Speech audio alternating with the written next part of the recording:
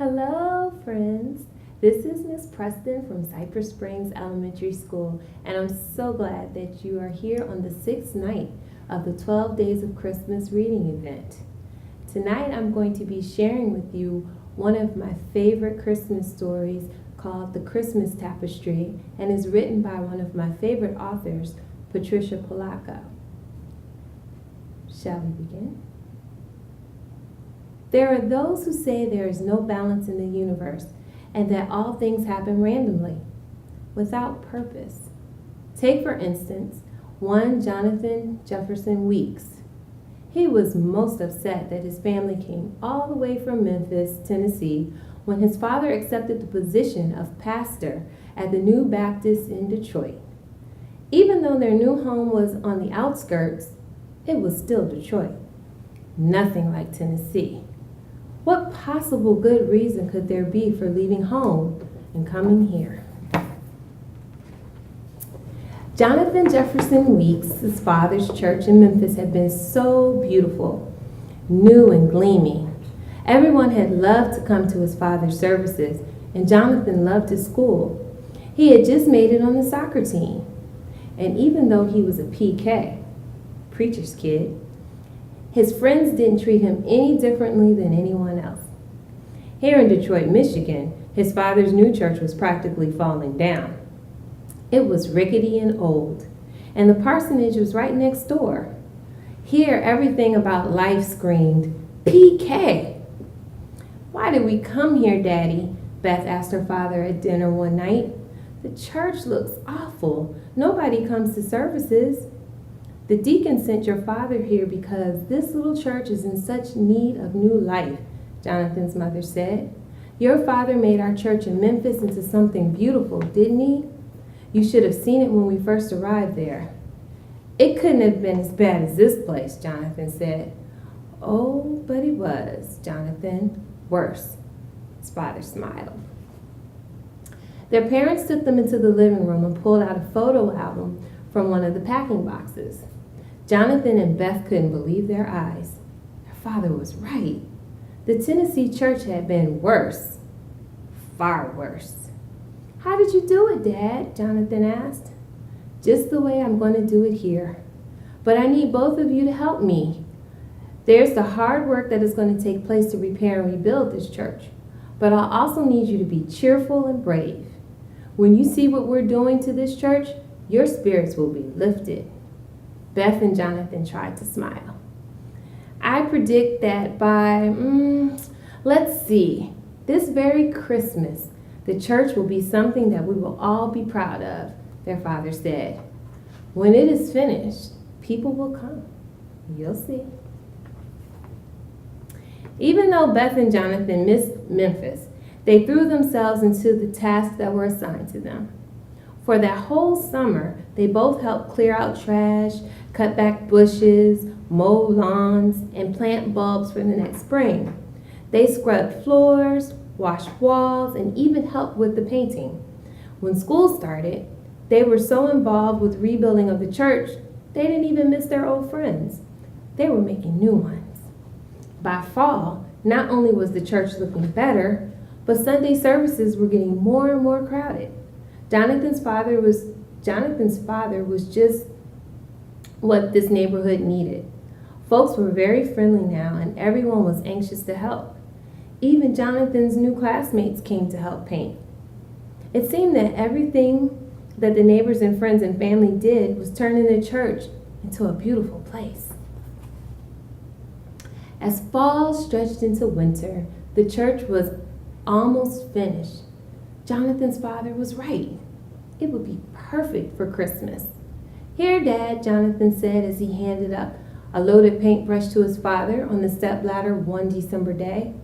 Reverend Weeks dabbed the last spot of paint on the sacristy wall. "There, now the artist can paint the wonderful scene we've planned," he said. "It's going to be a glorious painting of our Lord." Jonathan could hardly wait to see the painting, and it would be done in time for Christmas Eve. Jonathan walked over to the window and watched the snow steadily falling outside. "I've heard that a blizzard might be coming, Dad.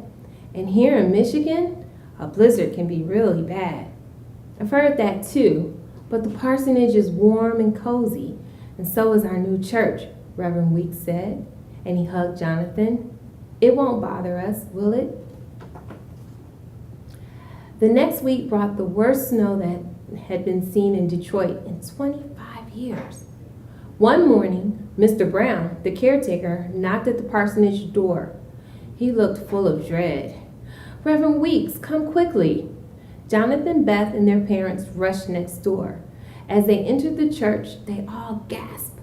A dark water stain covered the sacristy wall, right where the painting of our Lord was to be. Ice built up on the edge of the roof and held back water, Mr. Brown said sadly. Standing water that ran into the building and down the sacristy wall. How could this be happening? Mrs. Weeks cried. The artist we commissioned to do the painting was going to start tomorrow. Isn't there anything we can do? The Reverend asked Mr. Brown. We can chip the ice to let the standing water on the roof. He lightly pushed at the watery wall. There was a huge crack and a rush of water, and a piece of plaster fell with a thud. Dad! Jonathan cried out. Now there's a big ugly hole in the wall, right where everyone will see it. I even see wooden slats. I know a plasterer, Mr. Zucker. He'll be able to fix it for us, Mr. Brown said. Before Christmas Eve? Jonathan asked, full of hope. No, sir, Mr. Brown said. This here wall needs to dry out first. The plastering may not be until spring. I knew something would spoil our Christmas, Jonathan cried. Now, I'll call Mr. Zucker anyway. He may have a different solution, Mr. Brown added softly. Later that night, Reverend Weeks sat on the edge of Jonathan's bed. Miss Home, Jonathan cried. I know you believe God always has a plan, but what plan could have brought us here? Jonathan sobbed. We worked so hard, then God sent a blizzard. I don't understand. Well, son, although we don't always understand, the universe unfolds as it should, his father said as he rocked the boy in his arms. Tomorrow will be another day, and perhaps things won't seem so bleak when you wake up to a new morning. Then he kissed the boy goodnight and closed the door. The next morning, Jonathan awoke to a cold snap and freezing snow. His mother asked his father and him to drive to Detroit to pick up Christmas decorations that she had ordered from Harrock's.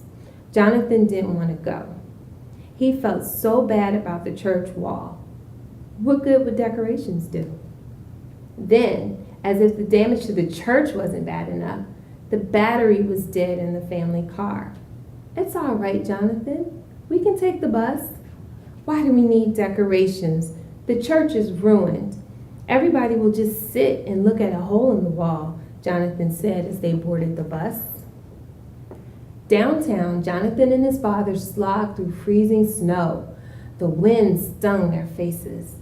After they had picked up decorations, they stepped into an alley to get out of the bitter wind. It wasn't an alley, really, because it was lined by odd little shops. Antiques, mostly. Jonathan and his father leaned against one of the windows and caught their breath for a moment. Jonathan tore toward the window, and that's when he saw it. There was the most beautiful-looking piece of cloth that Jonathan had ever seen. Dad, look! Jonathan pulled his father to see. Isn't it magnificent? His father said. Wait, if that cloth is big enough, can we buy it and hang it over the hole in the wall? Jonathan pleaded. The colors even look like Christmas. Sorry, son. I have $15 and some change for the bus. That cloth looks like it could cost more than I can afford. He looked in the boy's eyes, so disappointed now. Well, we can at least go and look. The shopkeeper spread the beautiful cloth out on the table. Look, Jonathan, hand-stitched embroidery, Reverend Weeks said as he gazed at the cloth. And the perfect size, Dad. See? Jonathan said as he touched it. Reverend Weeks looked up. How much for this? He said timidly. Oh, I've had that old piece here for over a year. For you, Pastor, I'll make a deal. How's 15 bucks sound? That would be fine, perfectly fine. Reverend Weeks beamed as the storekeeper wrapped the beautiful tapestry in a brown paper. Jonathan, you have an inspired idea, his father said to him as they made their way to the bus stop.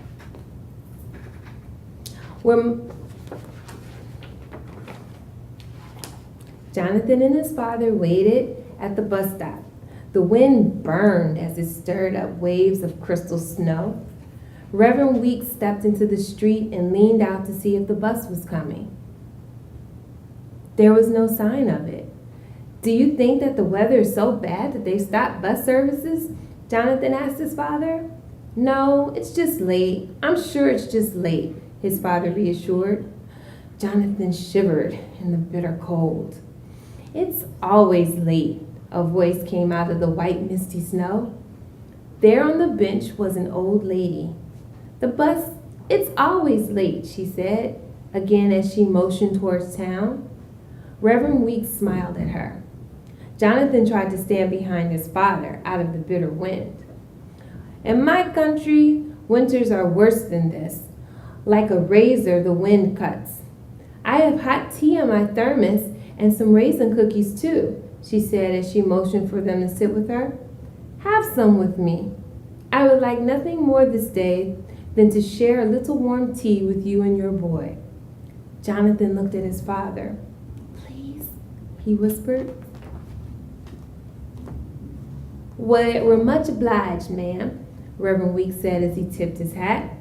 The hot tea and cookies made the wind seem to disappear. How far do you have to go today? That is, if the bus ever gets here, Jonathan asked the lady. Well, first the 52, then 2 transfers before I'm home, she answered. Ma'am, if this bus comes, the way is shorter to my house, Reverend Weeks said. I have to drop off this package at my church, but I have a car there. By now the battery is charged. I would be pleased, indeed, to take you home in return for your kindness. In this cold, I will accept. I surely will, she said with a broad smile. If the bus ever comes, the 3 of them said in unison and then laughed. The bus finally did come, and the 3 of them rode through a light snow to Reverend Weeks' church to drop off the package. Mrs. Weeks made more hot tea and some special cakes too. Can we put the cloth up, Dad, before we go, just to see what it will look like? Jonathan pleaded. He could hardly wait. I'm in no hurry, the old woman smiled. Jonathan and his father hung the cloth right over the gaping hole. Our Christmas tapestry, Jonathan announced. The old lady gasped. Where did you get this? She asked breathlessly. She looked pale as snow. From an antique store, just before we met you, Jonathan said to her. The old lady walked up to the cloth, took out a pair of glasses, and looked at it closely. I made this, she said in a whisper. Tears streamed down her face. In Germany, almost 60 years ago. I sewed it with my own hands. She held the cloth with her gnarled fingers. My applique. My family symbols. There. Do you see, child? Are you sure? Reverend Weeks asked. This was impossible. She lifted one of the corners, looked, then sighed. Those are my initials. Jonathan could see 3 letters. I stitched them there myself when I was about to become a bride. Reverend Weeks started to take the tapestry down. Surely then you should have this blessed cloth back. The woman thought for a moment, then moved away.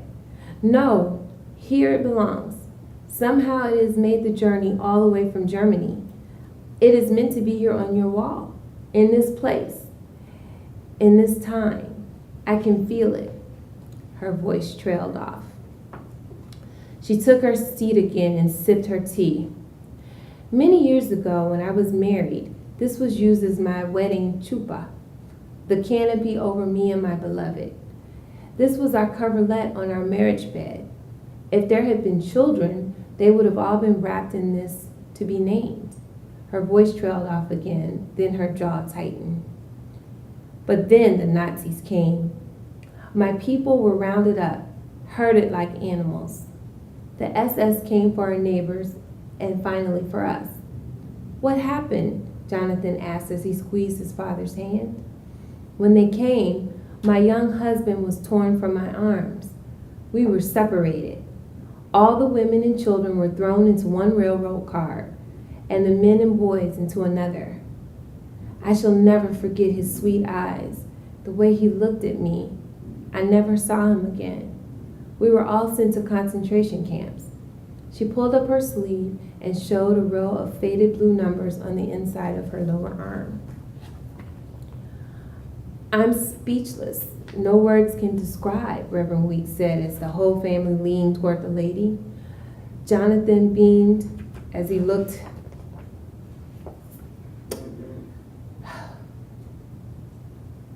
toward the lady. Then he hugged the old woman. Would you stay for prayer services tonight? Reverend Weeks suddenly asked. And have supper with us too? I'm honored you asked, but I'm not of your faith, the old woman said. Tonight I will say my own prayers, light the menorah, and share some of your lovely tea cakes with my cats. But another time, I would love to share a feast with you. Do you have family to share your holidays? Reverend Weeks looked worried. No husband. I never married again. But I do have nieces and nephews here in Detroit. We shall cherish this wondrous tapestry. And even if our wall is repaired, we shall keep this hanging here to commemorate your memories, dear lady, Reverend Weeks whispered. The whole family drove home with her. It was Christmas Eve. There was to be a pageant. Jonathan was going to be the shepherd in the procession of the Christ child. Beth and her mother were practicing their hymns for the choir. The service was to commence promptly at 6 o'clock. That morning, there was a knock at the front door. Mr. Brown had brought the plasterer to inspect the damage. We didn't expect you to come on such short notice, and especially on Christmas Eve, Reverend Weeks said as he shook the man's hand. Zucker, Joachim Zucker, the old man said. For me, it is the festival of lights. I live alone. No one will miss me today, Mr. Zucker said with a warm smile. This is where the damage is, Reverend Weeks said as they all entered the church together. Reverend Weeks pulled the tapestry back so that the old man could see the hole in the wall. Mr. Zucker put on his glasses and inspected the damage very carefully. This won't be difficult, not difficult at all, he said. You do need to let the wall dry a bit, but I can make it look like new. I'm glad to hear that. We were also worried that the damage was structural, Reverend Weeks said. He let the tapestry cascade back in front of the hole. The old man staggered back. Where did you get this? Where? Right here in Detroit, Jonathan tried to explain. It couldn't possibly be, Mr. Zucker interrupted. Couldn't be what? Jonathan said. My bride, in the old country, Mr. Zucker said softly. She made something exactly like this for our wedding. Every stitch and pattern, all the same. Mr. Zucker started to cry. But she was taken by the Nazis. We all were, he said breathlessly. We were herded like sheep into boxcars and taken to camps, work camps they called them, but they were a place of death. I never saw her again. She did not survive in that place. Jonathan looked in astonishment at his father and mother. Did she embroider her initials in the cloth? Reverend Weeks asked. Why, yes, she did. How do you know that? Mr. Zucker asked. Jonathan pulled the lower corner. Mr. Zucker started to sobbing. RHZ. Those are her initials. Rachel Hannah Zucker. The old man said, and he collapsed into the first pew. Mr. Zucker, she's alive. She was just here 3 days ago. We know right where she is, Jonathan said as he hugged Mr. Zucker. Whew, The Weeks family drove like the wind with their precious cargo, Mr. Zucker. When they arrived in front of the red brick apartment house where the old lady lived, the old man flew to the outside door, then climbed 3 flights of stairs as if he were floating. Jonathan and Beth were out of breath. Mr. Zucker stopped in front of number 22. He waited for the longest time. Then he knocked. The door opened. There, the old woman stood, puzzled. Her eyes widened, then her eyes brimming, she took his face in her hands. "Is that you, my beloved?" she whispered. "I have waited a long time. My Rachel,"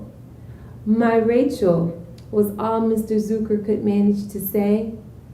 Then a sound came from both of them that Jonathan knew he would never hear the likes of again. It was the sound of joy. Then they hugged and cried and kissed each other so tenderly that Jonathan didn't really know why, but he felt tears in his own eyes. Later that night, at the Christmas Eve services, the candles were radiant. Their flickering lights made the tapestry shimmer as if it were enchanted. Maybe it is, Jonathan thought as he smiled to himself. He couldn't take his eyes off of it. The pageant was beautiful. The church was full of people singing praises. The lights on the Christmas tree reminded Jonathan of the twinkling stars in the night sky. Jonathan Jefferson Weeks thought his heart would burst at the pure joy of the season and the wonder of all the events that had taken place. Now he knew exactly why they moved to Detroit, exactly when they did. He knew why the plaster fell, why the car didn't start, why it was so bitter and cold that he and his father shared tea with a lonely old woman. It was all so seamless, woven so perfectly, woven as beautifully and surely as Jonathan's radiant cloth that hung at the front of his church. It was all truly a Christmas tapestry.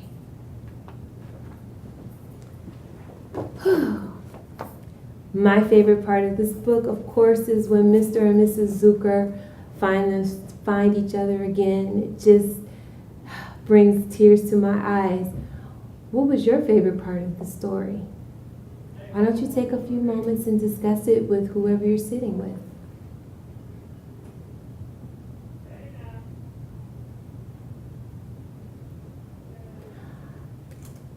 I hope you enjoyed this story as much as I did. Please join us again tomorrow night for another story celebrating the 12 days of Christmas. Have a wonderful night and happy holidays.